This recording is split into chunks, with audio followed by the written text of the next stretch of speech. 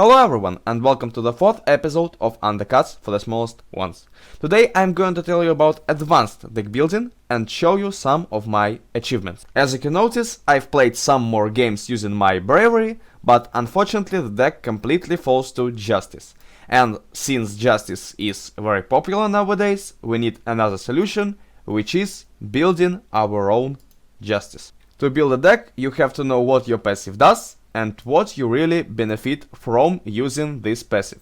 So for Justice, this is deal 1 damage at the end of your turn, which means you benefit from cards that can effectively maintain the pressure on the board and at the same time kill your opponent's board, which is basically deal damage cards. This is not going to be the most budget deck, but I won't make it that expensive on purpose. So now I am going to build the deck. So first of all, we need some cards that can kill our opponent's monsters both in the early game and in the mid game. In the late game we really don't depend on killing our opponent's monsters, we just want to push him as fast as possible. So we'll start with some deal cards, and those are going to be Fuku, Vulkin, and of course Caesar Dancer, which is one of the most effective deal damage cards, but unfortunately it got nerfed recently, but it's still fine as it is. Also, we want something that can AoE our opponent, and the best solution is really Strafe. This is a really strong card. You don't have to throw it on a full board sometimes you have just to throw it because you don't have better options. Now, moving on, you have to add something that is expensive and can effectively deal with opponent's monsters during the mid game, which is going to be Politician Bear. I'm going to craft another copy of this because 2 copies of Politician Bear is probably enough. And also you have to add double Elder Puzzler. So I've added the second copy of Politician Bear to my deck list, and the last card with deal I am going to add to my deck is going to be Astigmatism.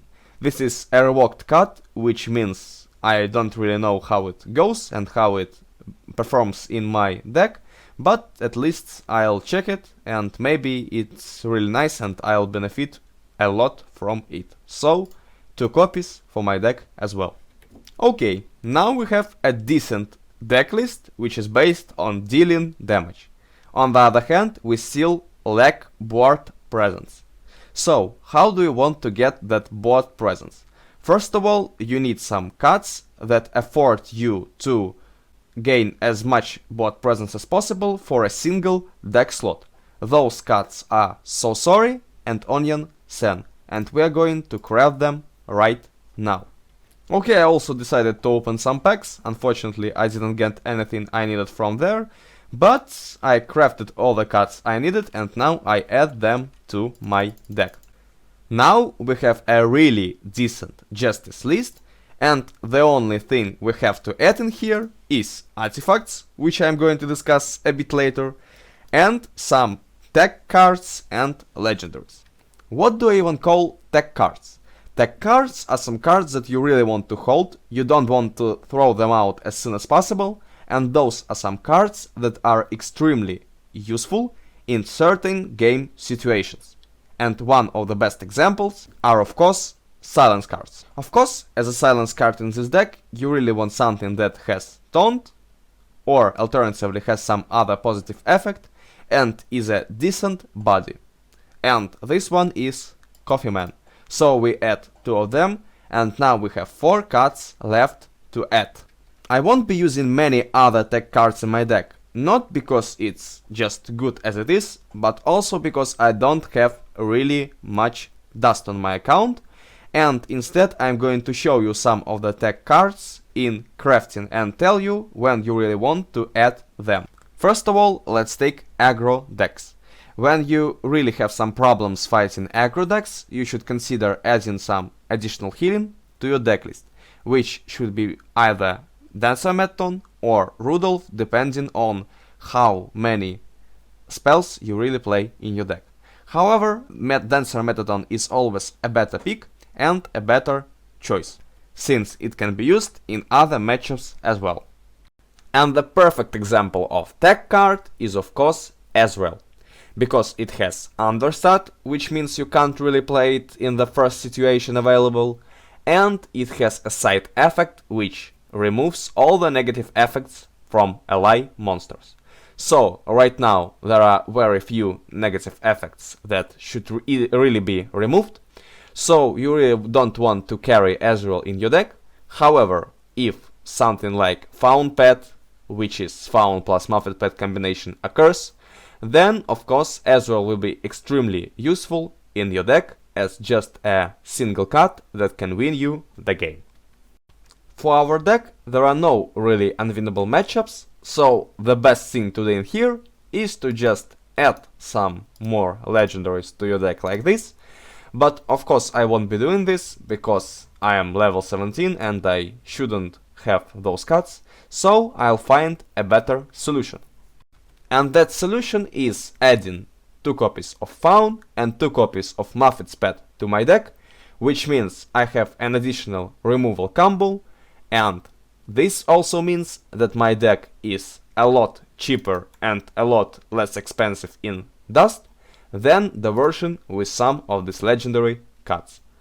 Now, with this deck, we are going to find some artifacts which suit it. And the best pick for our deck is going to be Power and Prosperity. Well, for Power, it's much easier, because Power is just additional stats on our early drops, which lets us do more value trades and also have some more bot pressure, but Prosperity is a bit more complicated. Well, we have lots and lots of expensive units. They are not expensive, but like they let us trigger the Prosperity, so we should really add Prosperity just for some additional healing, and of course this will increase our win rate against some face or rush or aggro, or call them whatever you want, decks. So now the deck is ready, and I am going to join a ranked and share the results with you. But of course, before sharing the results, I have to show you how the deck works and tell you a bit about Mulligan and other stuff. So, we are playing against Integrity, which means it doesn't really have that many opportunities to remove our minions, so we really want to keep So Sorry in our hand, and Fire as well. Fire is extremely good in this deck, and of course it's one of the best early drops. It affords us to trade almost all the early drops of our opponent, and also it can then deal some more damage to our opponent's face. So it's really a nice card to start with, and as you can notice, this is a drop with 4 health, and we can just boom, remove it right away. Also, we have to remember that we can play So Sorry just as a body. We don't have to throw Doodle Box at the same turn. We can just throw it like this, and also it's buffed from power, which means we can just throw it like this. Our opponent is probably playing dogs from what I've seen, so we can now just trade it right away. And of course, playing against Integrity, you want to have your Doodle Blocks or Doodle Box, or how those called, at the right side of the board, because you just want to deal some more damage, and you don't really need those HP, especially playing against Dogs Integrity, because you won't need them anyways. Also, I'd like to add that the artifacts for this deck are of course changeable, and you can really change your Prosperity artifact withdraw if you need it. For now we have Dogaressa, and we just trade like this, and our passive really helps us with the trade. And that's nice for us, because right now we can silence his strong drop, and then we're probably in a winning situation, or we can just throw Elder Puzzler and trade. So you just want to remove all the cards your opponent really has, and that will probably lead you to victory. For now, I'm probably going to skip some turns, because that's not really needed, or I'm going to show you some cards usage instead. For instance, you don't definitely have to use your Politician on very strong monster. You can just use it as an additional Fire, just like this, trait like this, additional trait, and you play another doodle block for another value trait next turn. Our opponent has very few gold, we have a very strong board, he doesn't really have that many options to remove our minions right away, and we have a lot of deal cards, which means we are in a very favorable situation. So now let's just wait a bit and kill our opponent. Okay, I also wanted to add that despite being a combo piece, Faun can really be used as a source of value trait. You can just decrease your opponent's monster's attack for some additional value trading, and then you just don't have to hold it till you have your Faun pet combination. If it's needed, just do it, because we are playing a mid-range deck, a tempo deck you can even call it, and it's far from being a control deck. And for now, I can show you how our Coffee Man just wins us the game.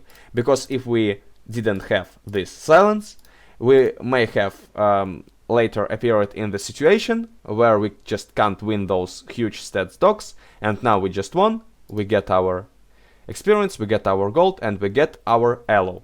So this is the way you want to play it, and this is the way you want to win using this deck. Okay, let me show you another game with this deck. Of course, you don't want to keep two sorceries in your starting hand, you just want one of them.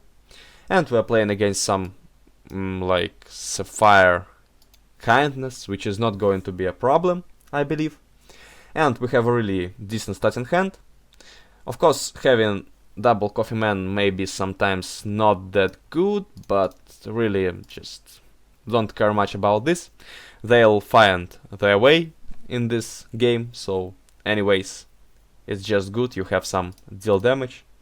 And now we are probably going for some tempo astigmatism. Of course, it's really bad when you really don't have targets for your deal damage cards, because then they just feel useless. But anyways, it's just nice to throw them from time to time, just as a solid body. And for now, this is the thing I've talked about before. You can just use your strafe to free some space in your hand and not to overdraw. And this is really a good play in here, and this is really how you want to play it. Now our opponent is probably dead next turn, and this is how the deck should be played.